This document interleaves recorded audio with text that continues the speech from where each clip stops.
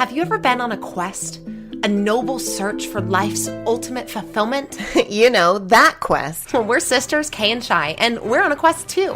From owning restaurants to being moms. We face lots of challenges along the way. And chances are in your life, you do too. In the next 5 minutes, we'll share one principle or teaching, tell you how you can apply it, challenge you with a daily quest, and send you on your way. Are you ready?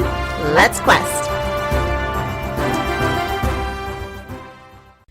Heyo, Questers. Thank goodness it's Thursday. We are inching toward the end of the month, final day of September. Hard to believe we're marching into the fourth quarter of 2021. It is September 30th, and this is episode 454 of the Mentorship Quest.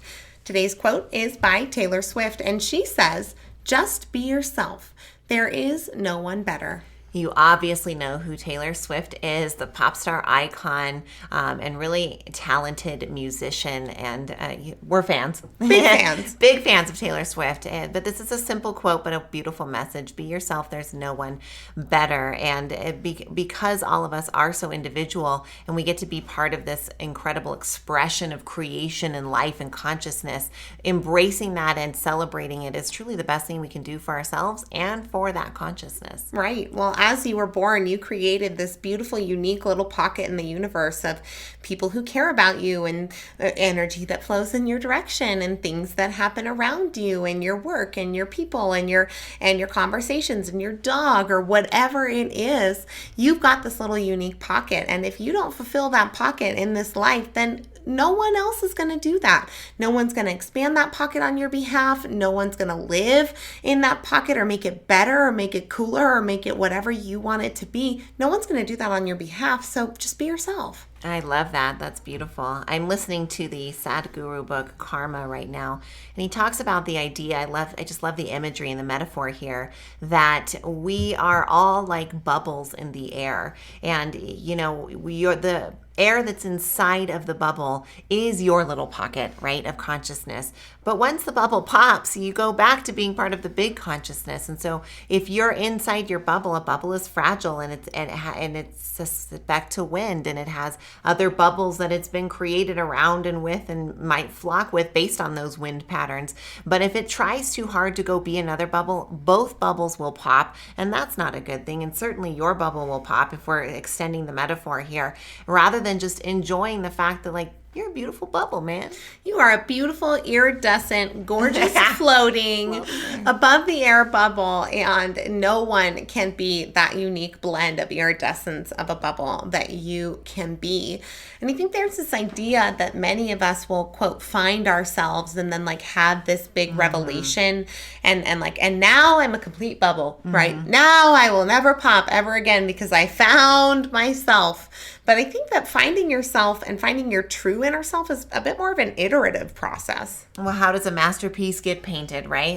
It's this process over time, and the last brushstroke isn't until your last breath. So you only get to stand back and look at the picture of your life through the lens of heaven, or, you know, after your death. That's truly the only time that it's done, which means we're in the process of painting all along. And that may mean that you cover the whole canvas with one color first and then fill in. It may mean that you start in one corner and build up, but it's yours to paint.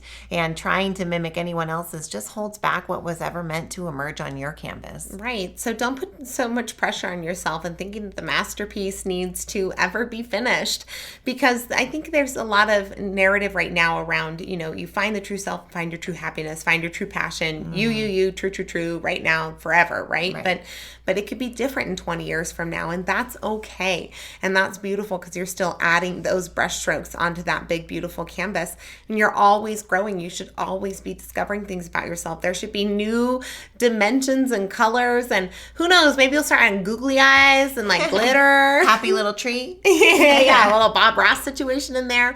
But the point is that there isn't an arrival place in life until you die. And so you're always at it. I love it. So to remind you of this simple yet powerful quote from a powerful woman, Taylor Swift, she tells us, "Just be yourself. There is no one better." All right, guys, we've got a thoughtful Thursday quest for you today. What are some of the things that make you unique? Come on, just think about them right now. We want you to relish in those beautiful, unique attributes and characteristics and just share a couple of them with the world today.